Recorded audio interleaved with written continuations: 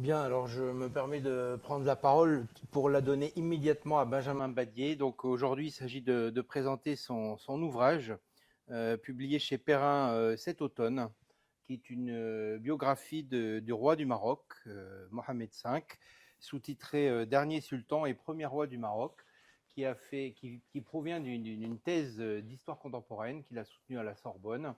Et voilà, j'ai l'honneur de le présenter. Donc, je vais d'abord lui laisser la parole pour ensuite un dialogue entre nous et puis des questions à la salle.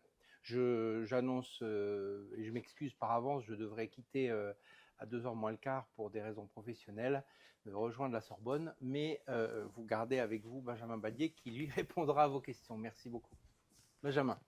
Merci Pierre et merci à l'IREMO pour cette invitation. Donc je vais prendre la parole pour une petite quinzaine de minutes afin de présenter mon travail et puis ensuite on aura un échange avec Pierre. Donc comme Pierre vient de le dire, c'est un livre qui est issu d'un travail de thèse. En tout, je pense que j'ai passé 7 ans de ma vie en compagnie de Mohamed V et ce n'est pas encore fini. Et ce que Pierre n'a pas précisé, c'est que la thèse a été soutenue sous sa direction à Paris 1, Panthéon-Sorbonne en 2023.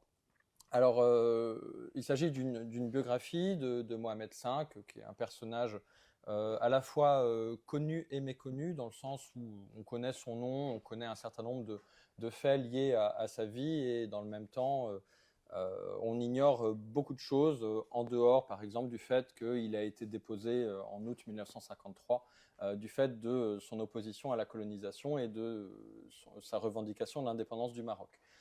Son règne est en fait beaucoup plus long que 1953, puisque lui, il naît en 1909, a priori, hein, on n'est pas certain de sa date de naissance, et il succède à son père sur le trône à partir de 1927. Il règne pendant 33 années qui sont discontinues, puisqu'il y a 2 ans et demi d'exil au milieu des années 50, et il est à la fois le dernier sultan, celui que j'appelle le dernier sultan, et le premier roi du Maroc. Il règne durant le protectorat français et espagnol sur le Maroc. Il est celui qui obtient l'indépendance et il est également le premier roi de l'indépendance pendant les 5 premières années de l'indépendance marocaine jusqu'à sa mort prématurée au cours d'une opération chirurgicale en 1961.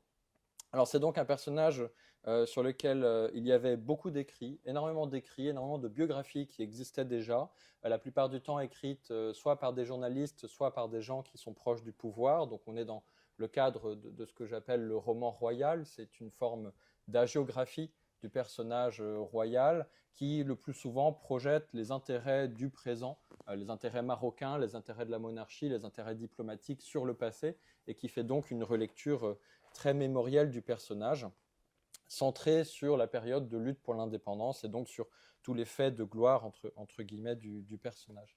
De l'autre côté, donc on a un roman royal côté marocain, donc c'est comme un roman national, sauf que ici la nation n'est pas au centre, c'est plutôt la monarchie, dans la mesure où elle incarne le pays, où elle est censée incarner la nation. De l'autre côté, en France, on a une mémoire qui, je pense, est relativement inexistante. Mohamed V, c'est quelqu'un qui, par exemple, n'est pas mentionné dans les manuels scolaires en France, dans la mesure où le Maroc lui-même, notamment le Maroc colonisé et sa décolonisation, ne sont pas mentionnés, ou seulement avec une seule petite ligne pour comparer la décolonisation marocaine à la guerre d'Algérie. Donc c'est quelqu'un qui n'a pas véritablement de mémoire, même s'il y a une place Mohamed V à Paris, qui est en fait l'esplanade de l'Institut du monde arabe, et donc quelqu'un qui est assez peu connu. Et en fait, un des intérêts de ma recherche, en tout cas c'est moi ce qui m'a intéressé, c'est peut-être cette opposition entre quelqu'un qui est le père de l'indépendance, le père de la nation au Maroc, et puis de l'autre, quelqu'un qui est relativement oublié en France, alors que Habib Bourguiba, a priori, on sait qui c'est, ou d'autres pères de l'indépendance, comme Gandhi, par exemple. Ça, il n'y a pas de mystère. Alors, j'ai donc voulu faire une biographie que j'appelle scientifique académique pour sortir du roman royal.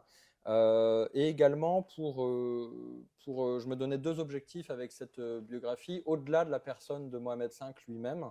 Il y avait tout d'abord la reconstitution de ce qu'est la monarchie marocaine au XXe siècle. Alors, il y a déjà beaucoup d'écrits sur la monarchie marocaine au XXe siècle, mais étonnamment, assez peu d'écrits historiques. C'est surtout des sciences politiques, voire l'anthropologie qui s'est intéressée à la monarchie. Et on n'avait pas, à mon sens, pour la monarchie, ce qu'on a de façon très basique en fait pour la plupart des autres monarchies.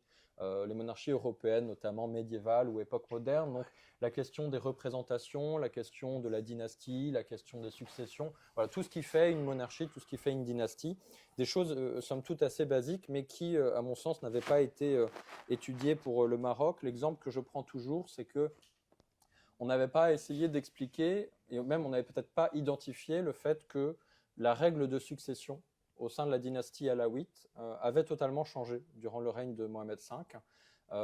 Mohamed V, il est élu sur le trône, Mohamed Ben Youssef, mais je vais dire Mohamed V pour faire plus simple. En 1927, il est élu sur le trône à la suite de son père parmi un ensemble de candidats, et il y avait notamment ses frères. Donc on était sur une monarchie avec une succession ouverte et pas de règle fixe de succession. Et au moment où il meurt, eh bien, son fils, Moulay Hassan, qui devient automatiquement Hassan II, lui succède sans solution de continuité. Il n'y a pas d'élection, il n'y a pas d'incertitude sur la succession, c'est une succession qui est immédiate et qui par la suite est sanctifiée dans la première constitution marocaine en 62 jusqu'à nos jours. En fait. Voilà. Donc on a un nouveau mode de succession qui a priori signifie que la monarchie elle-même s'est transformée en profondeur. Donc il y avait d'un côté la question de la monarchie et de l'autre la question de la décolonisation du Maroc qui à mon sens est un sujet assez peu travaillé. On connaît la décolonisation de l'Algérie, on connaît la colonisation du Maroc, la période de Lyautey, la période de la conquête sont finalement assez bien travaillées. La question de la décolonisation elle-même est assez peu travaillée, on ne sait pas comment ça s'est passé, et on résume ça le plus souvent à une indépendance que l'on peut dire soit négociée, soit pacifique. Alors c'est un peu contradictoire parce que ça ne veut pas dire que parce qu'elle a été négociée, elle n'aurait pas été violente. Ce n'est pas forcément deux termes qui sont synonymes. Après tout, la guerre d'Algérie a fini par être négociée à la fin. L'indépendance algérienne a été négociée. Ça ne veut pas dire que l'indépendance de l'Algérie n'a pas été violente. Donc voilà, revenir sur tous les phénomènes un peu violents qui ont concerné la décolonisation du Maroc et la relire à la fois d'un point de vue maroco-français, mais également d'un point de vue maroco-marocain, donc voir ce que la décolonisation a signifié du point de vue marocain, notamment pour ce qui est de la lutte pour le pouvoir. La décolonisation du Maroc, c'est expulser les Français, mais c'est également déterminer qui aura le pouvoir une fois que les Français seront partis. Est-ce qu'il s'agira des élites traditionnelles qui ont un rôle dans la déposition de Mohamed V? Est-ce qu'il s'agira des nationalistes, notamment du parti de l'Istiklal? Est-ce qu'il s'agira de la monarchie? Est-ce qu'il s'agira d'un combo de tout cela? Donc voilà, c'est ce que j'ai voulu étudier. Et puis une question transversale qui est liée à ces deux questions, c'est la question de la survie de la monarchie. La monarchie marocaine a survécu à la colonisation, donc elle a mise sous tutelle dans le protectorat. Elle a survécu à la lutte pour l'indépendance, et une lutte qui l'a à la fois renforcée et terriblement affaiblie. Et la déposition en août 53 de Mohamed V est un affaiblissement terrible. Il est remplacé par un sultan, Mohamed Ben Arafat, qui fait le jeu à la fois des élites traditionnelles et des Français et qui incarne une monarchie extrêmement faible. Et puis une survie dans la période de l'indépendance face à un nouveau danger qui est le danger des nationalistes, puis de la gauche nationaliste, dans une séquence qui se termine après la mort de Mohamed V et qu'on peut dater de la mort d'un autre personnage important de l'histoire contemporaine du Maroc, qui est Mehdi Ben Barka en 1965. Donc la question de la survie dans une période où la plupart des monarchies arabes du monde arabe chutent elles-mêmes, puisque la monarchie marocaine n'est pas la seule à être affaiblie à cette époque. On pourrait citer la chute de la monarchie égyptienne en 52-53 et la mise en place d'une république. On pourrait citer la mise en place de la république de Bourguiba en 57 avec l'abolition de la monarchie bellicale en Tunisie, ou encore plus violent, la chute de la monarchie irakienne avec une révolution qui se termine dans le sang avec l'exécution du roi. Alors, dernier petit point avant de laisser la place aux questions de Pierre, une question importante qui est celle des sources, comment on fait la biographie de Mohamed V. Donc ce personnage à la fois bien connu et peu connu. Alors il y a plusieurs difficultés liées aux sources. La première, c'est l'abondance des sources.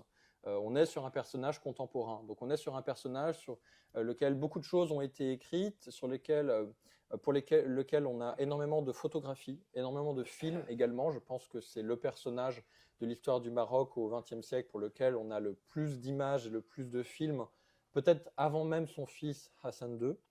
Et on pourrait revenir là-dessus, mais il a joué de ces images. C'est quelqu'un qui a renouvelé totalement l'image de la monarchie. Donc, premier problème, beaucoup de sources. Deuxième problème, dans ces sources, on a une surreprésentation des archives coloniales et des sources coloniales, ce qui est évidemment un problème méthodologique. Hein. Comment faire l'histoire d'un sultan marocain qui a fini par s'opposer à la colonisation, même si c'est qu'une petite partie de son règne, à partir de sources qui s'opposent à lui, qui le considèrent comme un danger pour les intérêts français, et qui, à partir de là, construisent tout un discours assez terrible sur le personnage. Au début de son règne, lorsqu'il est considéré comme un jeune homme sans grande consistance, il est considéré avec mépris. À partir de la fin de la Deuxième Guerre mondiale, il est considéré non seulement avec mépris, mais également avec haine par la plupart des sources écrites par les Français, notamment celles qui sont rédigées à la résidence générale, avec de nombreuses attaques qui visent à faire de lui une sorte de despote oriental parfait et qui conduisent directement à sa déposition. Et puis la troisième difficulté, je pense que c'est la plus importante, est que Mohamed V n'a rien écrit lui-même. Il est mort trop jeune pour avoir écrit des mémoires, c'est quelqu'un qui écrivait assez peu. Par ailleurs, hein, il a toujours quelqu'un qui prend la plume à sa place, que ce soit des conseillers marocains ou son fils durant l'exil. Donc on a assez peu accès à sa personnalité elle-même, à ce qu'il pouvait penser du contexte politique. On a des lettres qui ont pu être écrites à sa demande, mais qui sont toujours des lettres, la plupart du temps, publiées à destination d'un ministre, du président de la République. Donc ce n'est pas directement sa pensée.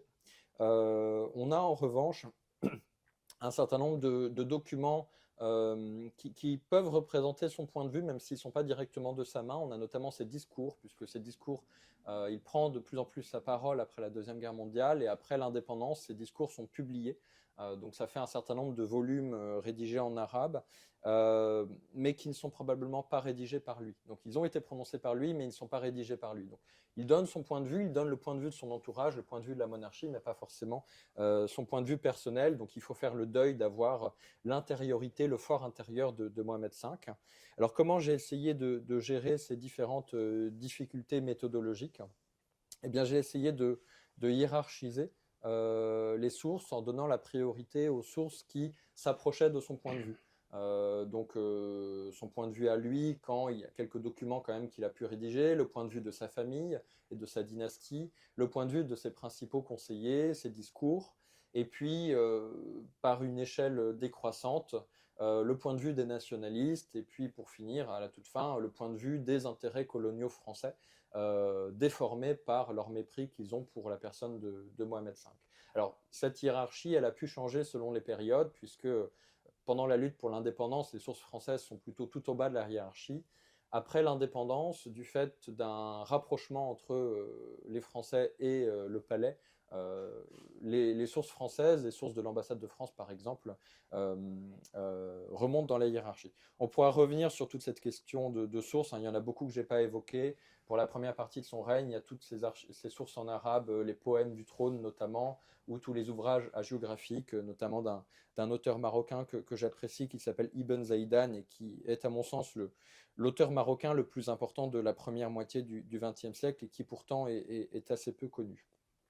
Donc voilà, c'est tout ce que j'ai essayé de mobiliser pour étudier les différentes mutations de la monarchie, essayer de comprendre comment la monarchie marocaine, à travers la colonisation, la décolonisation et l'indépendance, a essayé de survivre et a réussi à survivre par tout un tas de mutations. Le fait de passer d'un sultanat à une royauté, ça c'est quelque chose qui est sanctifié en 1957. Le fait de passer de l'empire chérifien au royaume du Maroc, donc d'une conception impériale du Maroc à une conception plus nationale, même s'il y a également des composantes impériales.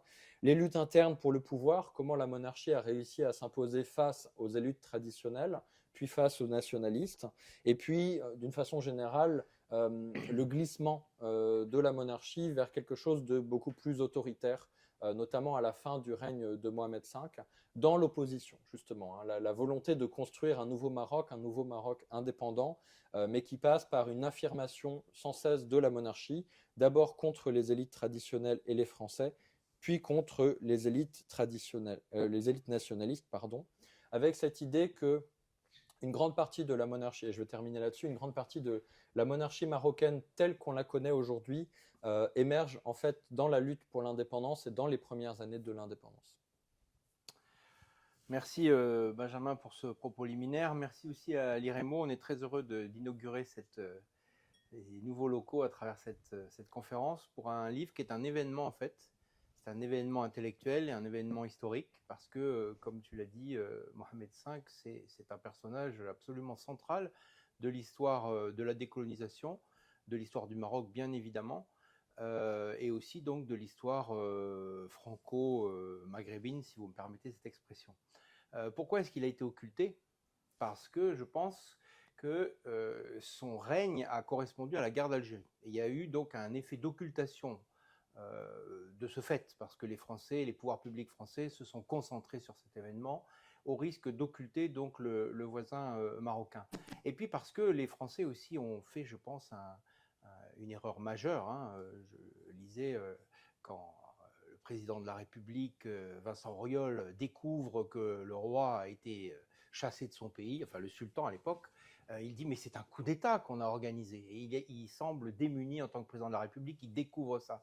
Donc la France n'est pas très fière de cette histoire, donc au fond, elle a préféré mettre en avant d'autres choses. Et puis le deuxième effet d'occultation, il est marocain, c'est la personnalité de Hassan II, puisque le roi est mort jeune, et comme beaucoup de gens qui meurent jeunes, on les oublie plus vite. Finalement, tu comparais avec Bourguiba, mais parce que Bourguiba, il faut le comparer en réalité à Hassan II, qui a régné jusqu'à la fin du XXe siècle, jusqu'en 1999, et qui, du fait de sa très forte personnalité, a écrasé son père. Mais il a hérité d'un système de pouvoir totalement construit, mis en place par son père, dont il a pu jouir et jusqu'à la fin de sa carrière. Alors, on ne va pas pouvoir revenir sur ce livre. Alors, d'abord, ce que tu ne peux pas dire, c'est que je peux dire, c'est que c'est un livre très bien écrit, très agréable à lire, qui n'est pas surchargé, qui est épuré.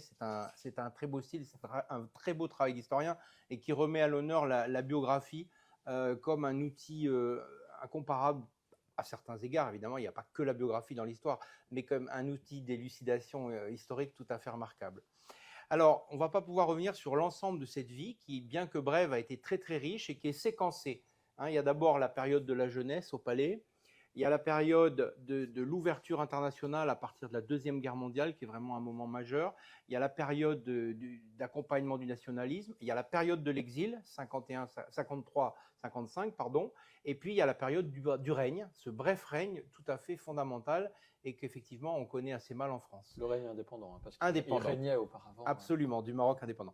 Donc, un mot quand même peut-être sur un moment quand même qui était très obscur, c'est-à-dire sur l'enfance et la jeunesse, parce qu'on dit que souvent un homme c'est ce qu'il a été, devient ce qu'il a été comme enfant. Comment est-ce que ce prince a été éduqué, formé à un moment où on ne parlait pas de lui, puisqu'il n'était pas forcément destiné à régner à l'époque de Moulay Youssef?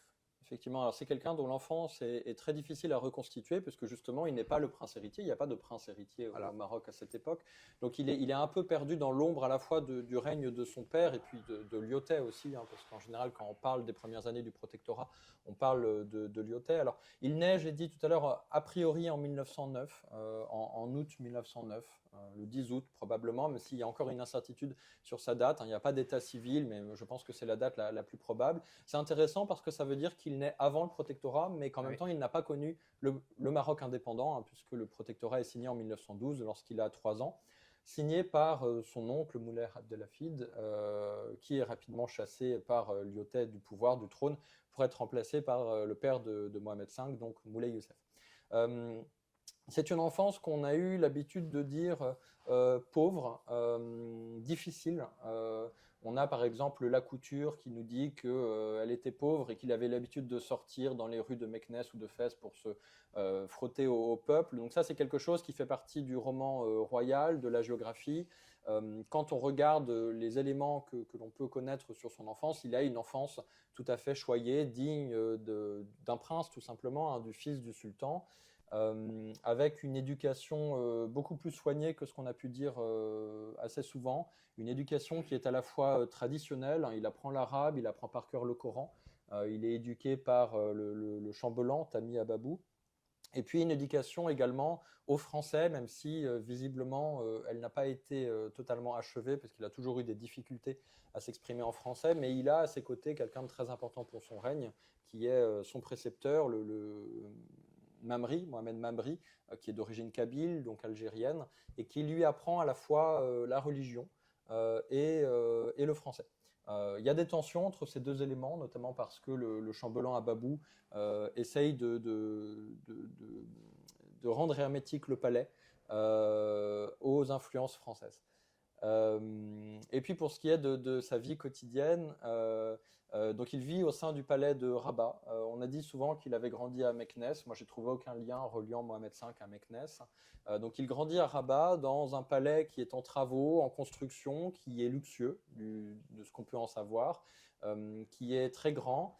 Et il vit dans un milieu assez traditionnel, puisqu'il fait ses premières années au sein du harem, hein. On peut préciser ici que sa mère est une concubine de son père, ce n'est pas une épouse, donc c'est une esclave, elle s'appelle Yakout. Il vit au harem pour ses premières années et ensuite il vit au sein du palais avec, semble-t-il, assez peu de sorties, mais avec tout le faste qu'on peut attendre pour un prince, et notamment à son service de très nombreux esclaves, hein, puisque le palais reste une maisonnée avec de très nombreux esclaves, des centaines d'esclaves à l'époque. Alors, très bien. Donc, merci pour ce bilan très important, évidemment, consacré aux origines. On va parler de la guerre maintenant, parce que la guerre, c'est évidemment, alors tu l'as dit, il y a un roman royal, hein, qui dit des choses. Et moi, nous, quand on a lancé ce travail, j'étais très intrigué par la confrontation entre ce roman royal et l'histoire telle qu'on peut l'écrire à travers les archives, les témoignages, etc. En réalité, l'écart n'est pas si grand, parce que la mémoire officielle, elle s'est concentrée sur un certain nombre d'épisodes, mais au fond, la personnalité, l'importance politique, les choix, les décisions, ce qu'on connaît et ce que l'histoire nous a gardé de ce personnage, ça correspond assez bien et ça montre un personnage effectivement très intéressant. Et le moment de la guerre a donné lieu à 2 épisodes très connus.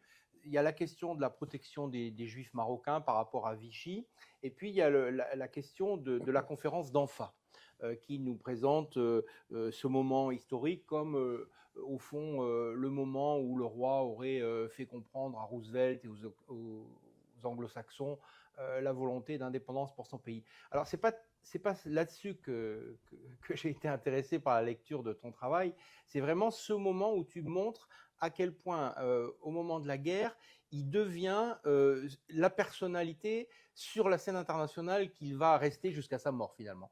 Et ça lui donne un contact tout à fait nouveau, parce qu'il était confiné au sein du palais, comme tu l'as dit, dès son enfance. Mais là, il y a un moment majeur et j'aimerais que tu nous en dises quelques mots.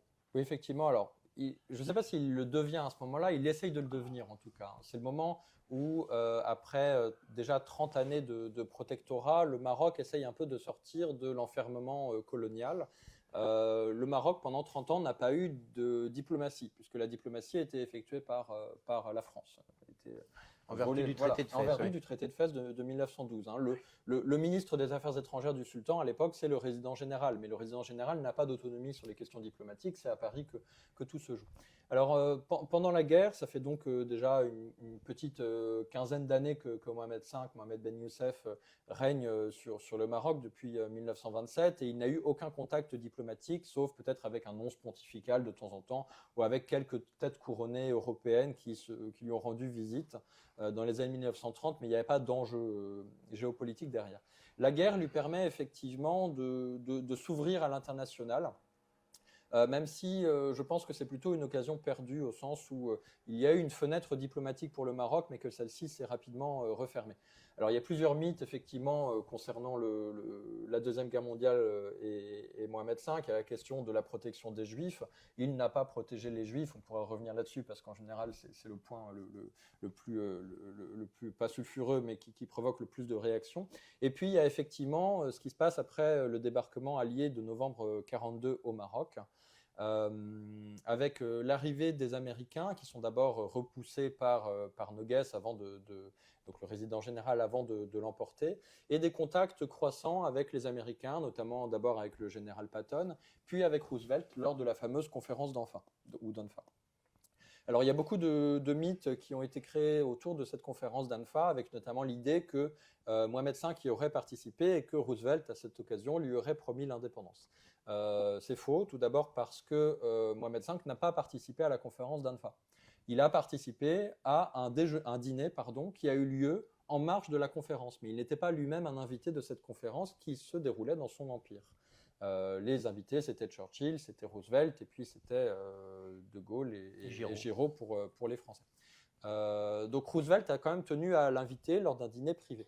Et lors de ce dîner privé, donc on considère souvent que Roosevelt lui aurait promis l'indépendance. En fait, on n'en sait rien, et le plus probable est que le sultan ait pu parler d'indépendance, mais que Roosevelt n'ait pas pu lui promettre quoi que ce soit, parce qu'à l'époque, ce n'était pas du tout la perspective américaine. La perspective américaine à l'époque, c'est de soutenir la France libre. Et on ne peut pas soutenir la France libre qui s'installe à l'époque en Afrique du Nord, à Alger, en promettant l'indépendance au protectorat marocain. Alors, le sultan s'est sans doute illusionné sur cette question, parce qu'il essaye de multiplier par la suite les contacts avec les Américains. Il y a une rencontre secrète entre le grand vizir Mokri et le conseiller de Roosevelt le lendemain, durant lequel, pour citer une source, une archive américaine, le sultan aurait proposé de se jeter dans les bras de Roosevelt, c'est l'expression qui est utilisée. Les Américains répondent par une fin de non-recevoir à chaque fois, justement parce qu'ils ne veulent pas affaiblir les Français. Et ce qui est très intéressant, c'est qu'au même moment, et ça permet de complexifier un peu l'image de Mohamed V, on a visiblement des prises de contact en janvier 1943, en février 1943, non pas avec les Américains, mais avec les Allemands. Les Allemands du consulat de Tanger. Donc ça, c'est également un point beaucoup plus compliqué, donc qui est sujet à interprétation parce qu'il n'y a pas de contact direct. Il y a des émissaires qui se prétendent émissaires du sultan et qui prennent contact avec le consulat allemand de Tanger, donc qui est à la fois rempli de diplomates et d'agents de renseignement nazis, avec cette idée que la guerre n'est pas terminée à ce moment-là, les Alliés n'ont pas encore remporté la guerre, bien entendu, et que le sultan, a priori, cherche à avoir une contre-assurance vis-à-vis des Allemands, au cas où les Américains ne tiendraient pas les promesses qu'ils n'ont pas faites, mais qu'il a cru qu'on lui avait faites.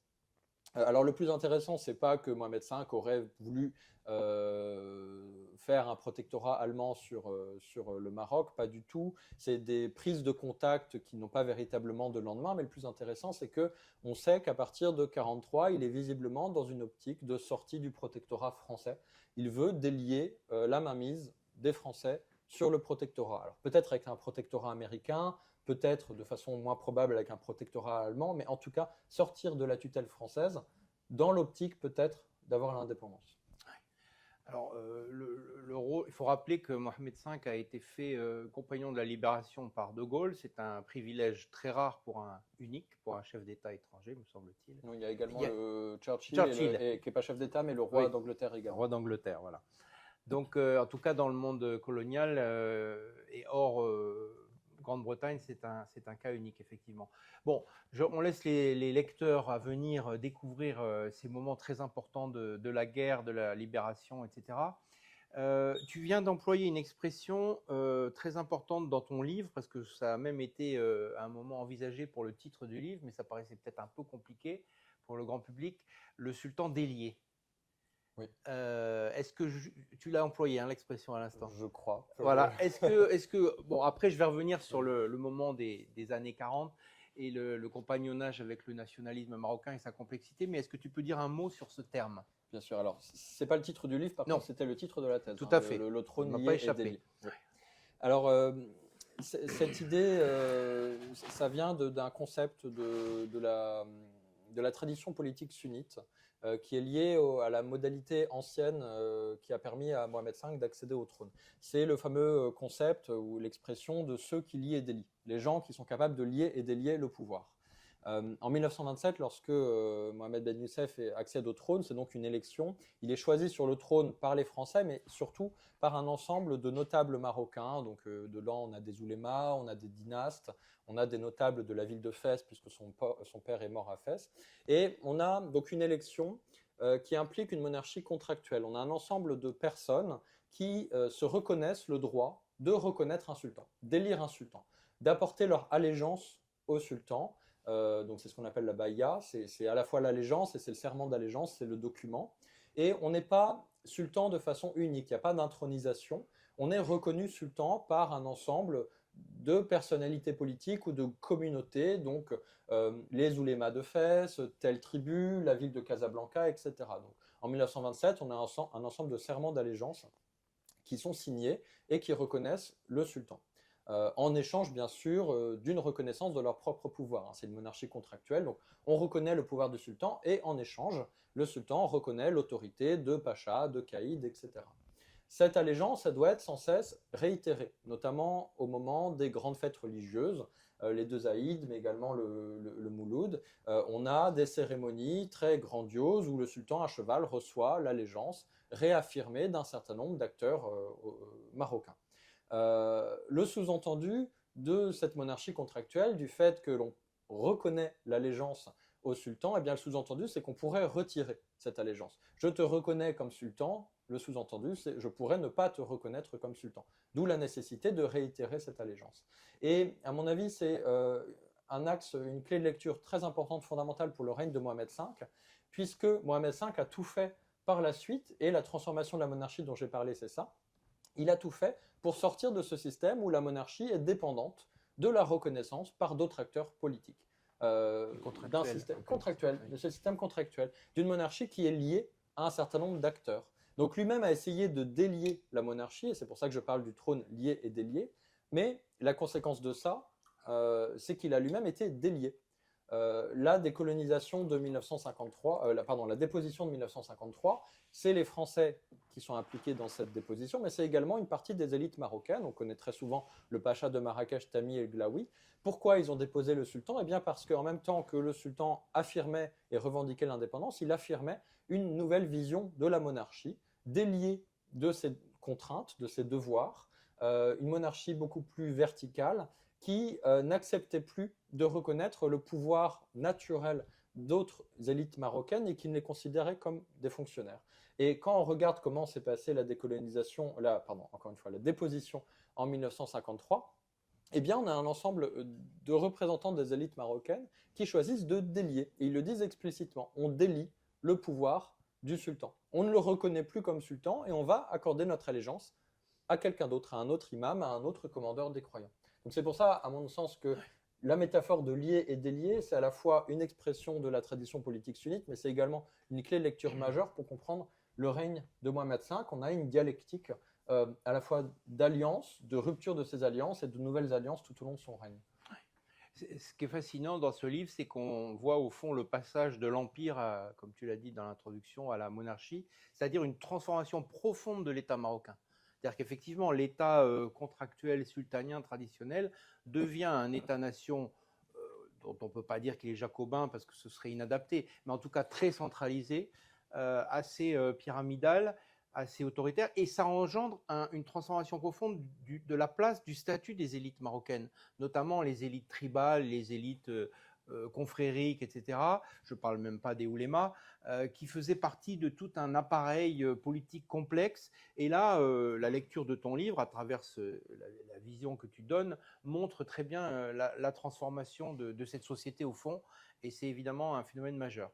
Alors, avant d'en venir à l'exil, puis à l'indépendance, j'aimerais parler un petit peu, enfin, à travers peut-être une image que tu choisiras, du compagnonnage, entre guillemets, ou en tout cas du moment commun entre le sultan, puisqu'il est sultan, et les nationalistes marocains.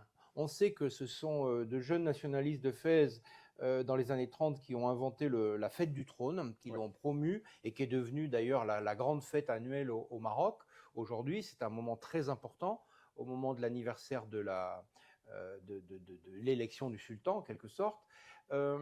Alors, si on devait choisir un personnage parmi Balafrège, parmi El Fassi, Ouazzani, etc., qu'est-ce qu'il faudrait Est-ce qu'il y a une personnalité qui a un rôle particulier ou qui a l'oreille du sultan ou qui est plus proche de lui? Parce qu'on entend évidemment dire beaucoup de choses, mais est-ce que les archives nous présentent un ou deux personnages de premier plan, proximité. Sachant qu'Al Fassi a été longtemps exilé, etc., et que les relations, Balafrège aussi, n'étaient pas toujours faciles, évidemment, entre ces hommes. Alors, je vais choisir Al Fassi, mais pas parce qu'il a la proximité du sultan, justement parce qu'il ne l'a pas. C'est ça qui est intéressant. Deux choses intéressantes quand on compare Mohamed V à Al Fassi. D'abord, ils ont le même âge. Ils sont nés à un an près au même moment. Le sultan est de la génération des premiers nationalistes. Balafrège, Ouazzani, Al Fassi, ils sont tous nés vers 1910, 1909-1910. Donc, ils sont de la même génération. Deuxième idée, Mohamed V n'est pas un nationaliste. Mohamed V, il est monarchiste. Il est en faveur de l'indépendance. Mais son cadre intellectuel, son cadre idéologique, c'est pas le nationalisme. Alors, bien sûr, il est content quand le nationalisme le place au centre de la nation marocaine. Il a une certaine vision de la nation, mais il ne s'inscrit pas dans cette idéologie politique moderne qu'est le nationalisme. Même s'il a pu avoir une vision nationaliste. Mais il n'est pas nationaliste à proprement parler. C'est pas quelqu'un qui a été dans des partis politiques, des associations, etc., comme les autres nationalistes au Maghreb. Alors pourquoi Al Fassi? Eh bien parce qu'Al Fassi, il a à la fois des contacts avec lui et en même temps il s'en méfie. Il se méfie d'Al Fassi parce qu'Al Fassi est un très grand lettré à la fois en arabe et musulman, qui a une formation intellectuelle bien plus avancée que celle de Mohamed V et qui a un charisme très important que Mohamed V craint un peu. Donc il craint un peu l'emprise que Al Fassi a sur l'Istiklal notamment. Par exemple, il valide dans les années 30 l'exil pardon. Il valide l'exil à Paris de Al Fassi en 1933 à peu près. Et puis toute sa vie, il maintient une forme de méfiance à son égard. Al Fassi, par exemple, n'est jamais ministre du vivant de Mohamed V.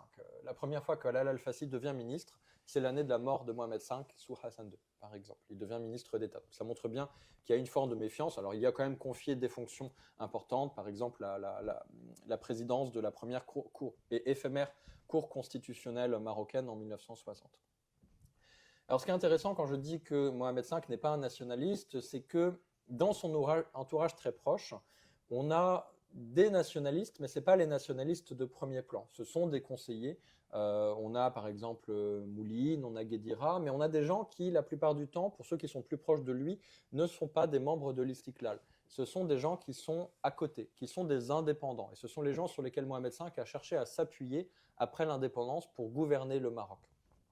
Alors on a quand même des gens qui ont contribué à sa construction politique. On voit dans les années 30 que les gens qui sont influents autour de Mohamed V, ce sont des réformistes musulmans. Ce sont des réformistes musulmans. On a par exemple d'autres membres de la famille El Fassi, on a Mohamed El Fassi, on a un autre membre de la dynastie qui est Mohamed Larbi Al-Alawi, on a Ibn Zaydan dont j'ai parlé tout à l'heure, qui sont des membres très importants de l'entourage de Mohamed V et qui dans les années 30 contribuent à sa formation intellectuelle. Et puis on a après la Deuxième Guerre mondiale, un certain nombre de conseillers. On a un petit cercle de conseillers qui conseillent en droit. On a un certain nombre de conseillers qui conseillent notamment en droit et puis qui rédigent un certain nombre de rapports pour lui. Non, alors, il y a encore deux moments, puis après on laissera la parole au public, mais il y a deux moments sur lesquels j'aimerais revenir et qui sont évidemment très importants parce que même si effectivement il n'est pas nationaliste au sens où il n'a pas l'idéologie du nationalisme, parce que c'est une idéologie très moderne évidemment, et qui quelque part n'est pas compatible directement avec le monarchisme bien évidemment, les Français ont fini quand même par l'associer au chef du camp nationaliste, et c'est pour ça qu'à plusieurs reprises ils vont, et d'ailleurs les nationalistes marocains aussi, vont utiliser la figure dominante du sultan pour promouvoir leur projet politique. Donc il y a là évidemment un rôle tout à fait majeur que joue le sultan et qui va lui entraîner beaucoup d'ennuis dès 1951 avec Juin, puisque Juin va, le résident général, Alphonse Juin, qui est un colonial officier de premier rang, né à Constantine, donc, qui vient d'Algérie, comme beaucoup des Français du Maroc à l'époque, et donc qui lui est pour le coup un colonialiste, et qui n'accepte pas au fond cette forme d'indépendance et d'autorité morale et politique du sultan sur le camp nationaliste. Et donc il organise une premier soulèvement organisé plus ou moins des chefs de tribus, notamment du Maroc, qui marchent une première fois sur Rabat. Et finalement, c'est après le départ de Juin qu'est organisé par le général Guillaume le vrai exil. Alors, on a une vision un peu fausse de cet exil, parce que cet exil, finalement, il s'est très bien terminé pour la monarchie marocaine, et pour Mohamed V en particulier, puisqu'il revient. Mais ce qui est très important dans ton livre, c'est que tu montres, et d'ailleurs, quand on regarde l'histoire des exils dans l'Empire colonial français, et même dans l'Empire britannique, on voit que généralement, on ne revient pas d'exil. C'est-à-dire qu'on est destitué, on perd son trône, on part, et d'ailleurs il y avait des sultans marocains au début du siècle qui s'étaient retrouvés dans cette situation. Donc la probabilité que le sultan revienne de son exil en Corse puis à Madagascar était très faible. Et il le sait, évidemment qu'il le sait, il est très instruit, il est très informé sur la manière dont les choses se passent. Et là, il y a le rôle de son fils, qui est à ses côtés, son fils, le futur Hassan II, et qui lui, si vous me permettez l'expression un peu, ne va pas lâcher l'affaire, et qui va être un soutien considérable dans ce moment très difficile à l'autre bout du monde, sous les tropiques, même si sur les hauts plateaux de Madagascar, à Tananarive, voilà. Antsirabe, pardon. Qu'est-ce qu'on peut dire de ce moment si on veut montrer l'émergence? C'est peut-être le moment de l'émergence du futur Hassan II comme homme de pouvoir aux côtés de son père. Alors je te laisse la parole. Oui, alors ça a commencé un peu avant, mais c'est le moment où Hassan II finalement s'affirme. Alors Mohamed V vit très très mal son exil, hein, parce que comme vous l'avez dit, il est persuadé au moment où il est exilé qu'il ne retrouvera pas le trône. Alors les exilés qui reviennent, c'est la plupart du temps des nationalistes. Bourguiba, Balafrèche, Alfassi. En revanche, les monarques qui sont exilés, eux, en général, ne reviennent pas sur le trône. Je pense que c'est un des seuls exemples qu'on a dans l'Empire colonial français d'un monarque déposé qui revient sur le trône. Donc lui-même, il s'installe, il souhaite s'installer en Corse puis à Madagascar. En France, c'était pareil d'ailleurs, les monarques chassés ne sont pas revenus. Effectivement, sauf Napoléon. Oui. Supposer que ce soit un monarque. Oui. C'est un monarque, mais c'est oui. pas un roi. Voilà, c'est ça. Donc il est persuadé d'avoir perdu le trône. En revanche, il n'abdique pas. Ça, c'est très important. Il a été déposé. Il refuse de signer les papiers de son abdication. En revanche, il se retire de toute activité politique. Il est obligé de passer un accord pour avoir un minimum de confort à Madagascar. Il est obligé de passer un accord avec les Français en 1954. Donc lui-même est persuadé d'avoir perdu le trône. Et ce n'est que progressivement, à partir de l'année 1954, notamment la fin de l'année, parce que la situation se dégrade au Maroc, parce qu'il a également autour de lui un ensemble de personnes et de réseaux qu'il commence à réactiver, qu'il envisage de retrouver le trône. Et ça s'affirme progressivement au fur et à mesure de l'année 1955, mais jusqu'en septembre-octobre 1955, lui-même n'est pas certain de recouvrer le trône un jour. Alors effectivement, il s'appuie sur un certain nombre de personnes, sur des conseillers, sur ses avocats français, sur un certain nombre de Français libéraux qui relayent sa parole au Maroc ou en France. Qui sont très actifs à Paris. Qui sont très actifs, auprès d'Edgar Faure notamment. Oui. D'un certain nombre de Marocains, on peut citer Bécaye, l'ancien pacha de Sefrou et le premier président du Conseil marocain après l'indépendance, qui a été remercié de cette façon, qui s'active donc en France. Et puis il a effectivement son fils, qui lui, pour reprendre votre expression, ne lâche pas l'affaire. Alors il est exilé avec ses 2 fils, avec ses 5 filles, plus celle qui naît par la suite, avec ses femmes et avec ses concubines. Donc il n'est pas seul dans son exil, il a toute sa famille avec lui. Mais son fils, Hassan, son fils aîné, qui est né en 1929, donc il n'y a que 20 ans d'écart entre les deux, et je pense que c'est important de le dire pour comprendre le poids croissant de Moulay Hassan à la fin du règne de Mohamed V. Lui reste très militant pour un retour de son père. C'est lui qui rédige la plupart des lettres de son père depuis son exil. C'est lui qui le soutient, qui l'incite à mettre en œuvre son réseau et à être en faveur de l'indépendance. Donc il joue un rôle important, mais à l'époque, ce n'est pas non plus le rôle de premier plan. Mohamed V reste assez important. C'est après 55 et surtout à partir de 58 qu'on voit le rôle de Hassan II s'affirmer notamment parce qu'il a en main l'armée marocaine après l'indépendance, et surtout parce que son père est affaibli par des questions de santé. Alors, on arrive donc au moment, le retour, les négociations avec l'appareil d'État français, la crise franco-marocaine, la violence qui a été déclenchée, ce que les Marocains appellent une révolution parfois, et ce que la monarchie et l'histoire officielle appellent la révolution du roi et du peuple. Bon, c'est évidemment des moments essentiels, mais je voudrais terminer notamment par la séquence très brève de 5 ans du pouvoir, alors d'abord du sultan indépendant, puis celui qui devient en 1957 le premier roi du Maroc. Donc il est à la fois le dernier sultan en titre et le premier roi en titre aussi. Donc là, il y a un moment majeur parce que le Maroc, en 1956, bien sûr, c'est un État qui n'a plus rien à voir avec l'État du Maroc en 1912 en termes je ne vais pas employer le mot de loyauté, de pacification, mais en tout cas, il y a un territoire qui est unifié, qui est administré, qui est aux mains de l'armée coloniale, hein, qui est une armée mixte, bien sûr, une armée franco-marocaine, avec des élites locales qui ont le pouvoir local, c'est-à-dire les chefs de tribus, les chefs de... Alors bien sûr, beaucoup ont été destitués après l'exil, évidemment, il y a une épuration, mais enfin, ils sont remplacés, etc. Et donc, on va passer de ce vieux Maroc, entre guillemets, qui va jusqu'au moment de l'indépendance et qui, là, en 5 ans, va être profondément transformé. Il n'y a pas encore de constitution à l'époque. Donc, on reste sur le système tel qu'il avait été, tel qu'il est hérité du sultanat marocain et refondé en partie ou réinventé ou reconstruit par l'IOT en coproduction avec les sultans. Donc, ce Maroc se transforme. Bien sûr, il y a des tensions. Il y a des tensions parce qu'il y a des gens qui veulent partir, parce qu'il y a des gens qui veulent prendre le pouvoir, parce qu'il y a des groupes politiques, il y a des contestations. Il y a encore les Français qui sont là, il y a la guerre d'Algérie aux portes, le FLN qui commence à envahir et investir une partie du territoire marocain, bien sûr, avec la bénédiction de la monarchie, notamment. Donc c'est très compliqué. L'armée française est toujours là jusqu'en 1961, jusqu'à la fin de son règne, même si elle dégrossit, elle est quand même là. Et donc il y a là un Maroc bouillonnant, en ébullition politique. Et on a celui qui est encore un jeune homme, si on peut être un jeune homme à 50 ans, vu de mon point de vue, c'est encore le cas, mais je comprends que pour le tien, ce ne soit pas vrai.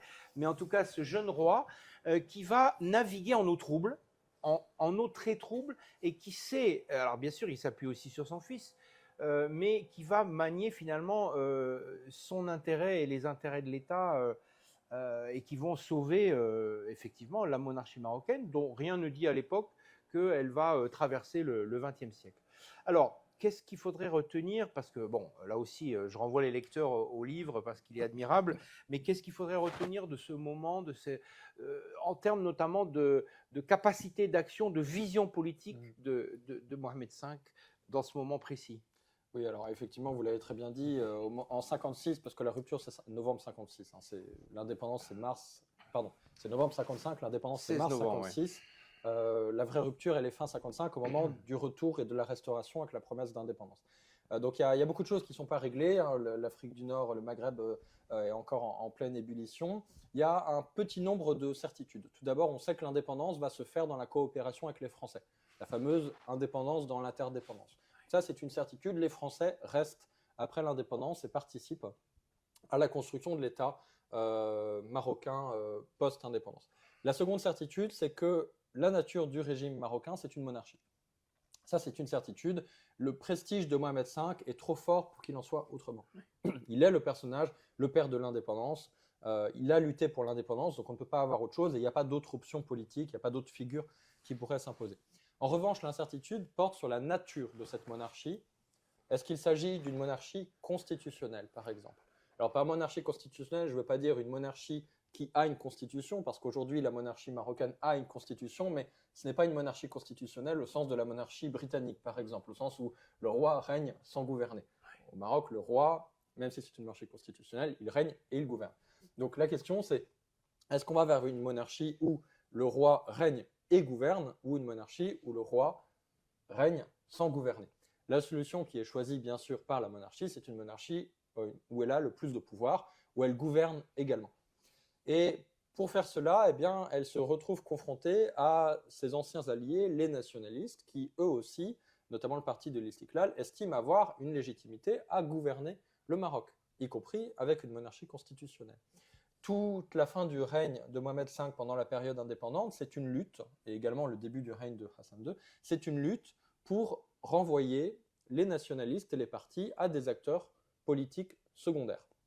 C'est quelque chose qui ne va pas de soi, parce que les nationalistes ne se laissent pas faire. Alors, il y a plusieurs options qui sont choisies successivement par la monarchie pour essayer de l'emporter. Il y a tout d'abord le fait de mettre en place un gouvernement indépendant, c'est-à-dire un gouvernement dirigé par des gens qui ne sont pas partisans. C'est pour ça que Becaye devient le premier président du Conseil. Ça, c'est un échec parce que les partis politiques, notamment l'Istiklal, parviennent à s'emparer du gouvernement assez rapidement. Il y a aussi le fait de repousser la mise en place des principales institutions marocaines. Le fait de repousser la constitution, par exemple. Il n'y a pas de constitution du vivant de Mohamed V. C'est un projet, mais c'est sans cesse repoussé. Parce qu'on ne veut pas figer les institutions à un moment précis qui donnerait trop de pouvoir aux partis politiques. On repousse la constitution jusqu'au moment où la monarchie aura réussi à l'emporter et pourra imposer sa vision des choses. C'est pour ça qu'on n'a pas d'assemblée constituante, par exemple au Maroc. On a une assemblée nationale consultative, mais qui n'est pas une assemblée élue. Mehdi Ben Barka parvient à s'emparer de la présidence de cette assemblée nationale consultative. Donc là encore, c'est une sorte d'échec pour la monarchie parce qu'il y a un opposant à la tête de la principale institution qui n'est pas la monarchie. On a également l'option de repousser les élections. Il n'y a pas d'élection à l'échelle nationale au Maroc du vivant de Mohamed V. Pourquoi? Parce que ce serait légitimer les partis politiques qui vont très certainement l'emporter. Ce serait figer le paysage politique et à partir de là, créer les institutions contemporaines du Maroc. Les seules élections qu'il y a, ce sont les élections locales de mai 1960 qui ont lieu dans un contexte très particulier, à un moment où Mohamed V vient de renvoyer le gouvernement de gauche d'Abdallah Ibrahim, vient de s'arroger pas les pleins pouvoirs, mais une bonne partie des pouvoirs en se nommant lui-même président du Conseil et en nommant son fils, qui est déjà à la tête des forces armées royales, vice-président du Conseil. Et donc, elles interviennent à un moment où la monarchie est de plus en plus forte et dit d'une certaine façon aux électeurs, vous devez voter de telle façon. Et puis, il y a enfin, puisque tout cela ne fonctionne pas forcément, il y a la progressive transformation autoritaire de la monarchie, que l'on distingue à partir de 58, mais de façon de plus en plus importante à partir de 1960, un moment où les différentes oppositions politiques sont réprimées, le moment où la monarchie parvient à faire imploser l'Istiklal, avec la création de l'UNFP de Ben Barka. Un moment où cette même UNFP et les journaux qui lui sont associés eh bien, sont réprimés par l'armée, par la police et par la justice. Donc on a un début d'usage des instruments régaliens à disposition de la monarchie contre les principaux opposants.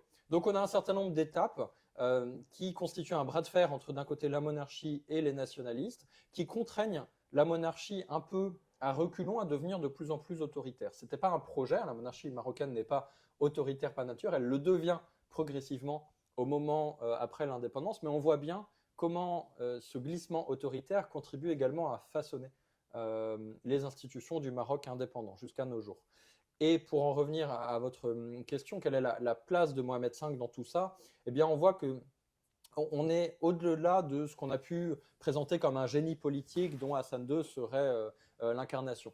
La monarchie marocaine n'est pas géniale, ne prévoit pas tout à l'avance. Elle est réactive, elle réagit à un certain nombre de coups du sort et de pressions politiques. Et Mohamed V est exactement dans cette position. Ce n'est pas quelqu'un qui a une vision politique très affirmée, très forte, qui est capable de prendre les devants. C'est quelqu'un qui est beaucoup dans la réaction, qu'on voit énormément hésiter avant de prendre des décisions, qui finit par prendre des décisions dures, de plus en plus autoritaires, mais qui hésite énormément. Et en fait, c'est le cas pendant la majeure partie de son règne. C'est quelqu'un qui n'est pas du tout affirmé sur le plan personnel, si on fait un peu de psychologie, comme son fils. C'est quelqu'un qui hésite beaucoup, et ça explique aussi pourquoi son fils, au fur et à mesure, prend de plus en plus de place dans le règne indépendant. Ouais, très bien.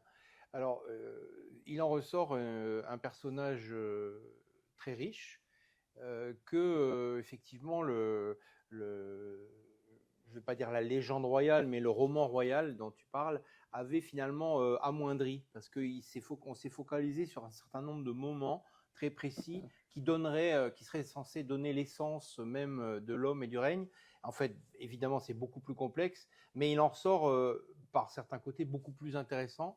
Et donc, c'est vraiment un acteur historique tout à fait majeur. Et de ce point de vue-là, voilà, un acteur majeur dans un monde et une action très complexe. Si on revient aux dernières années, il faut quand même se rendre compte qu'il y a d'un côté l'armée française qui est au Maroc, L'armée espagnole également. l'armée espagnole aussi, le FLN aussi, le FLN en guerre contre la France. Le Maroc est entouré par les anciennes puissances coloniales. Absolument. L'Espagne, Ceuta Melilla, l'Algérie française, L'Espagne qui veut garder ses possessions, la France qui veut rendre la Mauritanie indépendante, l'Algérie qui combat et qui veut rectifier les frontières à son profit. Bref, il faut quand même se rendre compte d'un contexte incroyablement trouble et complexe et dangereux.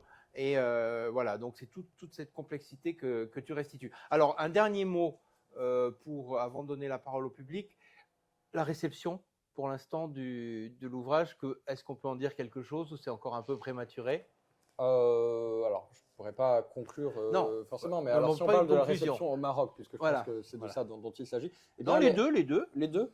Elle est plus importante au Maroc Bien qu'en sûr. France. Pour l'instant, la réception reste timide en France.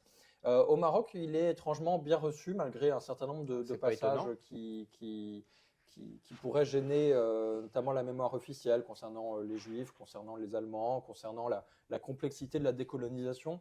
Ce que j'ai remarqué, c'est que, donc il y a beaucoup de lecteurs au Maroc, ce que j'ai remarqué, c'est que le livre est d'une certaine façon coopté, comme la monarchie et ses acteurs savent très bien le faire, au sens où les gens en parlent, y compris la presse proche du Marzen, mais en retenant que ce qui les arrange, en fait. Notamment, en fait, ils l'intègrent au roman royal. Ils parviennent à l'intégrer au roman royal en laissant de côté tous les éléments un peu sensibles. Est-ce que Pour le le livre reste, est vendu au Maroc il est actuellement? vendu au Maroc avec toutes les difficultés d'approvisionnement qu'il peut y avoir au ça, c'est Maroc, général. puisqu'il y a 3 semaines d'écart. Voilà. Mais il est vendu au Maroc, il est disponible dans un certain nombre de librairies. Et j'ai l'impression qu'il est tout à fait bienvenu dans les cercles francophones où il est parvenu. J'ai déjà eu des discussions, notamment en librairie, donc il y a des possibilités de rencontres en librairie, Rabat et Casa. Donc il a été le bienvenu.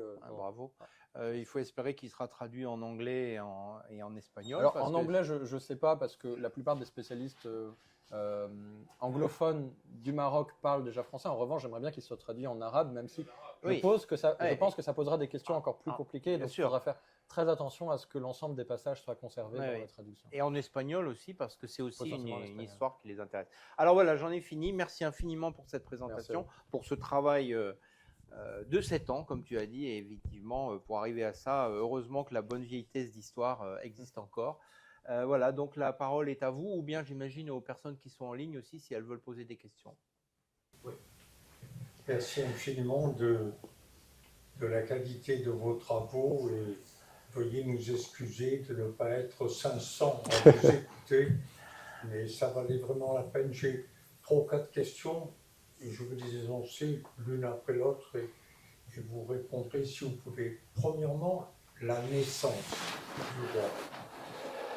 À l'heure actuelle, la rumeur consiste à dire que cette famille est originaire du sud du Sahara, anciennement espagnol, qu'ils ont récupéré. Est-il exact que par son père, par sa mère, par sa famille, Mohamed V a une origine lointaine dans le Sahara? Bon, première question. La deuxième, en 1950, c'est le passage entre sultan et roi. Bravo, vraiment vous avez été très clair en décrivant le système des sultans avec l'allégeance chaque année et ce vote d'un collège, c'est remarquable, très bien. Alors en 1953, le sultan est destitué. 2 ans après, 55, le sultan est restauré. C'est bien le sultan, pas le roi. En 1956, c'est l'indépendance. Oui. Et en 1957, vous dites, il est roi. Est-ce que vous pourriez revenir? Quel est l'acte? À partir de quel moment on dit ce n'est plus un sultan, on l'appelle majesté. En majesté, on l'appelle tout le temps majesté. Hein. Jalala. Sa majesté, très bien. Troisièmement, quelque chose de plus anecdotique, mais quand il va à Antsirabe, dans la page exacte, je l'ai marqué, vous parlez des personnes qui entouraient le roi, qui étaient avec lui. Et vous dites, mais il y a un personnage qui s'appelle Louis Vagina. Et Louis Vagina, c'était l'ami intime de mon papa, de mon père, dans le Vaucluse. Et Louis Vagina est à l'origine d'une histoire très belle pour ce pays, la sous-préfecture d'Apt. C'est qu'en 1930-31, c'est un fils de commerçant. Son père vendait des légumes à Apt. Ils sont nés avec mon père en 1905-1906. Et il va faire son service militaire au Maroc.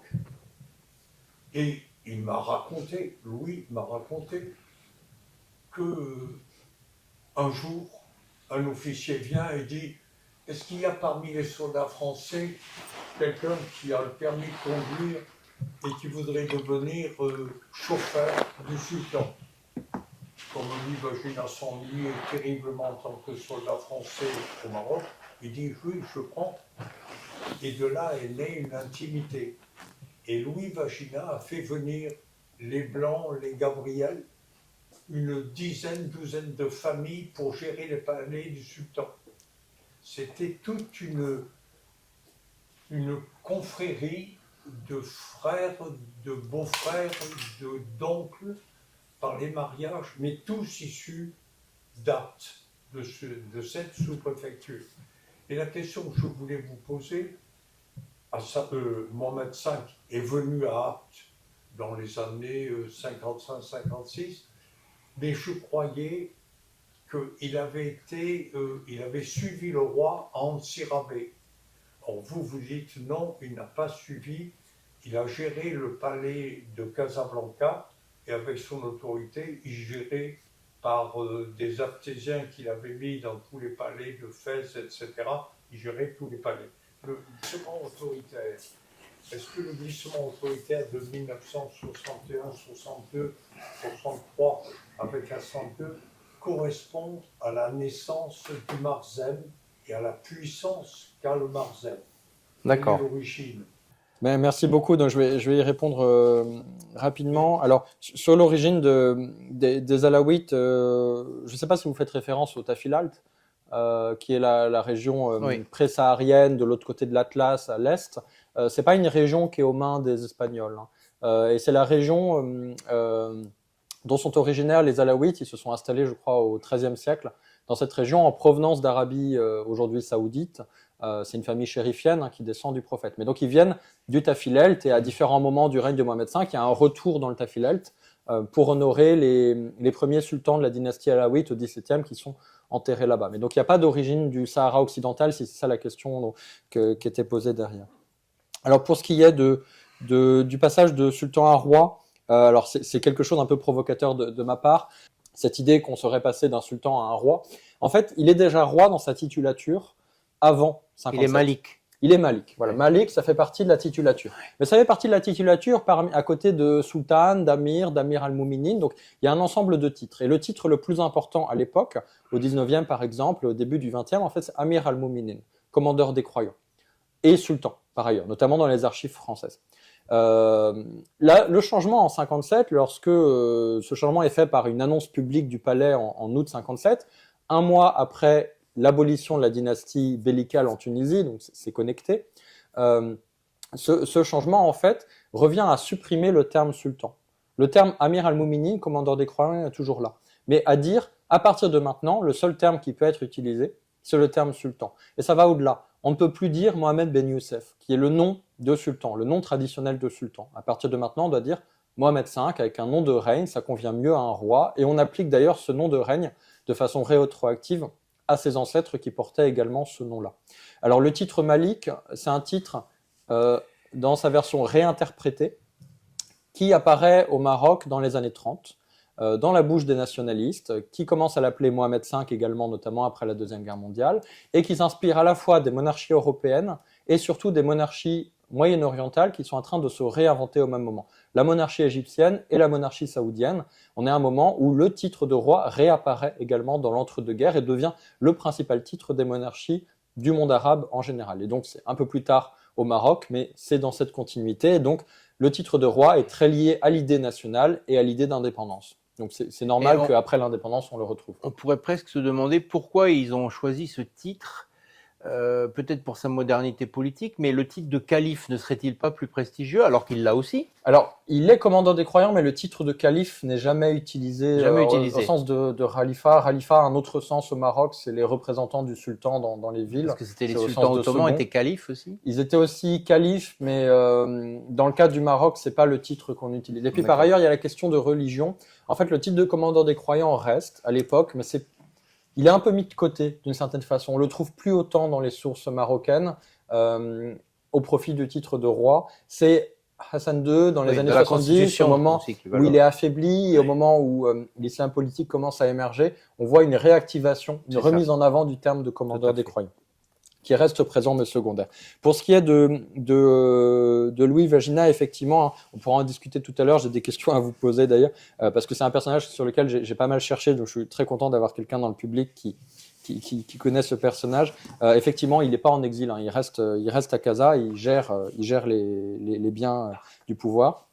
Pour ce qui est du Marzen, alors le Marzen ne naît pas à l'indépendance, le Marzen c'est un mot très très ancien qui dans le cadre du Maroc date de la période médiévale, qui a plusieurs sens possibles. Ça peut signifier l'ensemble du pouvoir marocain, ça peut signifier le pouvoir central. Dans le sens que l'on trouve le plus au XXe siècle pendant la période coloniale, ça ne désigne que le gouvernement, le vizir, le grand vizir et les ministres. Et dans le sens que ça a aujourd'hui, et qui est peut-être le sens que ça prend à l'époque, puisque le Marzen au sens de gouvernement ancien disparaît en 55, c'est au sens d'État profond, au sens d'État en dehors du gouvernement, donc l'armée, mais surtout les services de renseignement et les conseillers. Donc le pouvoir tel qu'il n'est pas élu, tel qu'il n'est pas public. C'est le sens actuel. Alors peut-être que ce sens actuel, effectivement, émerge au moment de l'indépendance. Merci pour vos questions et on peut rediscuter après en dehors si vous le souhaitez. Il y a plusieurs questions dans le chat. La première, c'est pouvez-vous nous apporter plus de faits concernant la protection des juifs marocains?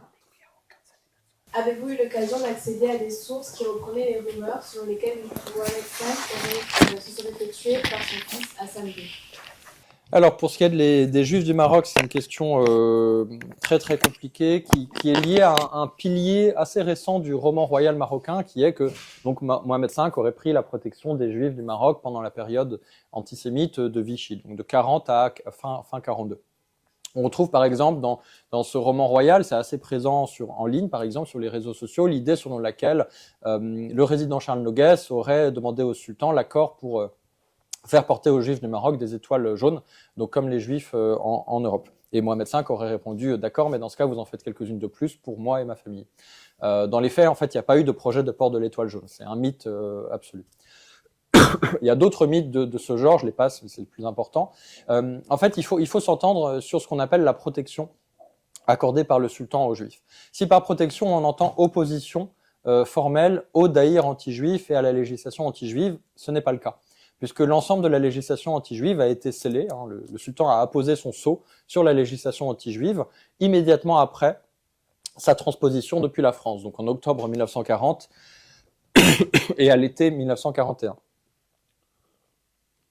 En revanche, il faut comprendre la protection autrement, dans le sens traditionnel de dhimma, donc de protection par le sultan marocain, le sultan musulman, des gens du livre, en l'occurrence les juifs, qui sont sous sa protection. Et ça, c'est le système traditionnel tel qu'il existe au Maroc. Et en fait, si Mohamed V a eu des réticences assez faibles vis-à-vis des daïrs anti-juifs, c'est parce que ça revenait à faire sortir les juifs marocains de cette protection traditionnelle. De même façon que le daïr berbère, dit berbère de 1930, visait à sortir en fait les berbères de la souveraineté du sultan musulman, du sultan marocain. Et puis par ailleurs, une partie de la législation anti-juive convenait totalement au sultan, notamment celle qui empêchait les juifs marocains de sortir des Mellah, donc des quartiers juifs, ou qui les renvoyait dans les Mellah. Ça, c'est typique de la protection traditionnelle. C'est quelque chose, un certain nombre de représentants de la communauté juive avaient commencé à sortir des quartiers juifs, et ça ne convenait pas au pouvoir marocain, et donc ils profitent de la mise en place de la législation anti-juive pour essayer de renvoyer les juifs marocains dans les Mellah. Donc vous voyez, c'est quelque chose de compliqué. Ça ne veut pas dire que le sultan ne s'est pas opposé aux daïrs anti-juifs. Il les a acceptés, mais avec des réticences. Et ces réticences, il faut les expliciter. Voilà. C'est pas au nom d'un droit humanitaire ou d'une protection humanitaire des Juifs, comme on le présente aujourd'hui et comme le gouvernement, le pouvoir marocain le présente aujourd'hui, dans l'optique d'en faire un juste parmi les nations, ce qui, à mon sens, a peu de chances d'arriver parce qu'il y a peu d'indices d'une protection concrète par le sultan des Juifs marocains. Pour ce qui est du potentiel assassinat de Mohamed V par son fils Hassan II au cours de l'opération chirurgicale dans laquelle il trouve la mort en février 61, on le trouve pas dans les archives, même si j'ai vu quelques rumeurs dans la presse dès cette époque même. À titre personnel, je n'y crois pas, tout simplement parce que c'est un des éléments qui vise à diaboliser Hassan II s'il avait besoin de ça pour être diabolisé. C'est le type de rumeur que l'on retrouve à différentes échelles, à différents moments de la vie de Mohamed V, où il est accusé d'avoir fait assassiner telle personne, d'avoir couché avec telle personne, d'être le fils de telle personne et pas de son père, etc. Hassan II lui-même a été accusé de ne pas être le fils de son père, d'être le fils de Glaoui, par exemple. Donc à titre personnel, j'y crois pas. D'abord parce que ça aurait nécessité un nombre de complicités absolument considérable, et ensuite parce que je pense que Moulay Hassan, à l'époque, n'a pas intérêt à assassiner son père, tout simplement. Aussi parce qu'il aimait son père, bien entendu, mais il n'a pas intérêt à l'assassiner parce que la monarchie reste faible à ce moment-là. Et Mohamed V est le père de l'indépendance. Il est un des piliers de la légitimité de la monarchie à cette époque. Donc il ne peut pas affaiblir la monarchie en décidant de tuer son père comme ça. Donc à titre personnel, je n'accorde aucun crédit à ces rumeurs. Vous avez annoncé que la France souhaitait rendre la Mauritanie indépendante. Pourriez-vous m'éclairer sur les raisons et les enjeux de la France dans sa prise de position pour cette indépendance par rapport au Maroc? Très bien. Alors, c'est Pierre, je crois, qui parlait de la Mauritanie. Alors aujourd'hui, on parle beaucoup du Sahara occidental, on en parle de plus en plus. Il faut savoir qu'à l'époque de Mohamed V, c'est pas un sujet, le Sahara occidental. Le Sahara occidental n'est pas en période de décolonisation. Le sujet porte plutôt sur la zone sud de l'ancien protectorat, la zone de Tarfaya ou le Cap Juby, et puis sur la Mauritanie qui, à partir de 1960, est en cours de décolonisation par les Français. Les Français, donc la Mauritanie qui faisait partie de l'Afrique occidentale française, les Français organisent la décolonisation de ces différents territoires avec pour idée d'y maintenir leur influence. Et donc l'idée, c'est de ne absolument pas confier la Mauritanie au Maroc, alors même que le Maroc a des revendications sur ce territoire depuis 1956 dans le cadre de ce qu'on appelle le Grand Maroc. Alors la France ne le veut pas tout simplement parce que ce sera accorder trop de puissance, bien sûr, au Maroc. La France essaye de maintenir le Maroc dans des frontières assez réduites, pour ce qui est de l'Algérie, par exemple, le plus à l'ouest possible. Mais c'est une revendication importante et une grande partie de l'année 1961 est consacrée à la revendication marocaine sur la Mauritanie. Vous avez une importante mobilisation diplomatique à l'échelle du monde arabe, à l'échelle de l'Afrique également, dans le cadre du mouvement panafricain dans lequel s'inscrit le roi, et à l'ONU également. Et en fait, cette revendication sur la Mauritanie est un échec, parce que la Mauritanie est reconnue indépendante par l'ONU à la fin de l'année 1960, donc c'est un échec diplomatique pour le Maroc, qu'il ne reconnaîtra qu'en 1969. La normalisation des relations entre les deux pays, c'est 8 ans après la mort de Mohamed V. Jusqu'en 69, le Maroc considère que la Mauritanie devrait revenir au Maroc. Son rôle dans tout ce qui est conflit autour de l'année 58, l'armée nationale de libération du Sud, quelle est sa position dans ce conflit, dans le conflit armé? Dans le conflit armé, au Sud, oui. Donc quand vous pensez à 1958, à la fois la guerre d'Ifni, donc l'attaque par l'armée de libération sud de la zone d'Ifni qui est espagnole, et puis également en réaction, on a en février 58, on a l'opération Écouvillon franco-espagnole contre ce qui est aujourd'hui le Sahara occidental. Ben, c'est une position ambiguë qui est la position de la monarchie à cette époque, au sens où l'armée de libération du Maroc n'est pas un acteur politique contrôlé par par la monarchie elle-même. C'est un acteur indépendant qui gêne la monarchie parce que justement il est indépendant et il risque de faire accroître les tensions dans la région. Donc on a une position ambiguë au sens où visiblement l'ordre n'a pas été donné par la monarchie d'attaquer Sidi Ifni puis les possessions franco-espagnoles, mais en même temps ça arrange le pouvoir marocain pour deux raisons. La première raison, c'est que ça lui permet d'avoir un argument diplomatique pour faire pression sur les Français et les Espagnols à un moment où le Maroc s'éloigne de plus en plus des Français. Février 58, c'est également le moment où le Maroc apporte son soutien à la Tunisie après le bombardement de Saket Sidi Youssef. C'est exactement le même moment. C'est le moment où, le même mois également, Mohamed V se présente aux portes du Sahara à Mohamed El-Ghezlan pour faire un grand discours où il réclame justement le Sud, notamment la Mauritanie et la zone de Sidi Ifni, etc. Donc d'un côté, ça arrange le Maroc sans être directement impliqué, et de l'autre, ça permet de mettre un coup d'arrêt à l'armée de libération du Maroc, puisqu'on considère cette fois que c'est un acteur trop dangereux. Et en fait, ce qui se passe après 1958, c'est que l'armée, l'ALM est progressivement dissoute par les forces armées royales qui prennent sa place, en fait, notamment autour de Sidi Ifni, qui, c'est encore en 69, ne revient au Maroc que quelques années après la mort de Mohamed V. Donc une attitude ambiguë, hein, et c'est le cas pour de nombreux sujets politiques et géopolitiques de la monarchie après l'indépendance. La monarchie n'assume pas ses revendications, notamment parce qu'elle ne veut pas rompre de façon trop ferme avec l'Espagne et la France, et également les États-Unis, mais ça l'arrange bien. Est-ce que le fait qu'il soit appelé Mohamed VI, c'était pour rendre un petit peu hommage à Mohamed V, ou c'était, par exemple, je sais pas, Hassan III, c'était pas souffrir de la comparaison? Est-ce qu'il y a une justification derrière ça ou pas du tout? Moi, je pense que oui. Alors, petite anecdote, comme on ne comptabilise qu'à partir, après l'indépendance, à partir de Mohamed V, en fait, si on suit les sultans qui ont régné, Mohamed VI, ça devrait être Mohamed Ben Arafa. Sauf qu'on le considère comme un anti-sultan, en fait, donc il n'est pas comptabilisé dans la succession. Et donc, en fait, la continuité de la dynastie pendant l'exil, c'est le monarque qui est déposé et en exil. Sinon, on aurait un trou en 53-55. Alors, pour ce qui est du choix du nom, effectivement, on a un petit ensemble de noms qui reviennent souvent. C'était pas le cas avant.